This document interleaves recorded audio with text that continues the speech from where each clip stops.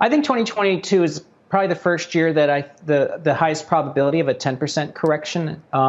As you know, many kind of called for that last year, but we had pointed out that a drawdown that big wasn't historically supported. But I think this year there's a chance that we could rally to 5,000, in January, and then pull back towards something pretty ugly by the summer.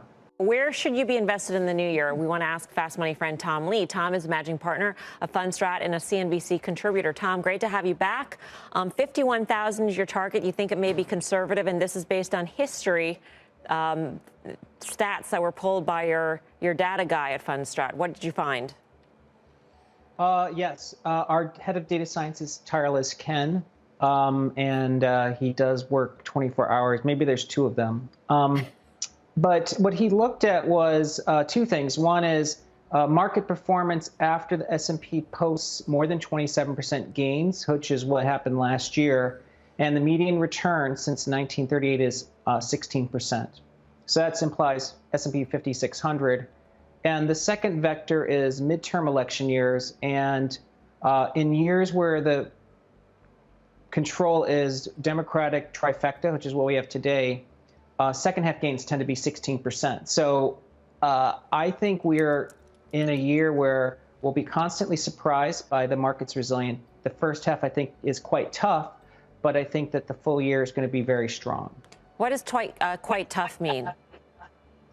I think 2022 is probably the first year that the highest probability of a 10% correction. As you know, many kind of called for that last year, but we had pointed out that a drawdown that big wasn't historically supported, but I think this year there's a chance that we could rally to 5,000, in January, and then pull back towards something pretty ugly by the summer.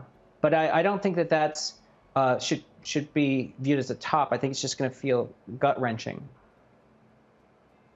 Kind of agree with your outlook here, and 5100 from here is not a far cry, but if we do have that pretty sharp sell-off that you think comes at some point this year, then it's a good rally off the lows. Do you get concerned? You just heard our conversation about Apple at $3 trillion in market cap. Are some of these mega cap stocks becoming too big to fail? Are they too big of the components of the major indices here? And might we have a hiccup? Because there's been no hiccups in these names. And are they the ones that are going to lead us lower when we do have that correction? Well, without question, S&P is becoming a tech index because of the weight, and the best companies in America are basically technology, healthcare, and banks. I mean, that's really the three big sectors of the S&P. We think FANG's going to be one of the outperformers in 2022 because the PE's derated last year. And so we think the chances of the FANG stocks, including Meta and Apple, having PE contraction is low. So they're going to track earnings growth. So I think FANG could be up 30% this year. And as you guys are using acronyms, I mean, our top three groups are, Bitcoin-related equities, energy stocks, and FANG, which is beef. Tom, you're always willing to play, and we always appreciate that.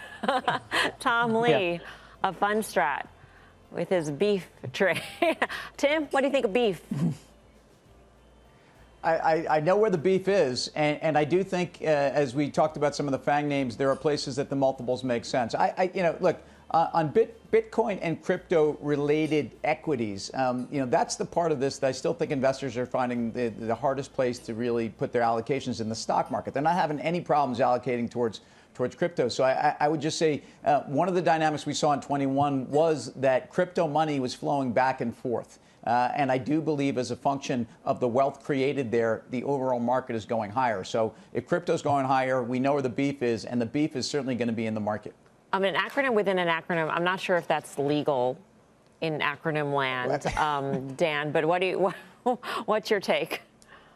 Yeah, I mean, I guess, listen, I think it is the mega caps that lead us lower. And, I think it's really important to understand that last year there was plenty of investors who are looking at the fundamentals of companies. And Tom just talked about derating. Well, we're seeing growth decelerate even among these mega cap names. And maybe there's further re-rating of some of these things. And if you look in just in some of the internet space, I mean, Twitter and Snap, they closed down on the year. Those were not great years, and there was no shortage of other innovative technology names. We could look at the ARK complex that traded really poorly. So I think that comes to large cap land. I think the best case scenario for 2022 is that it happens earlier than later, because we don't want it really to steamroll. We want it to get some fear out of this market. And lastly, I'll just say this, back to Tim's acronym, I really like that KWEB. You know, we had Carter Braxton Worth on a couple weeks ago talking about Shanghai Composite, very near a breakout at all-time highs. You look at the devastation in some of these names and the reasons why. I think you want to focus out of maybe some of the larger cap industrial and banks in China and focus on some of these internet names. So I like his KWEB.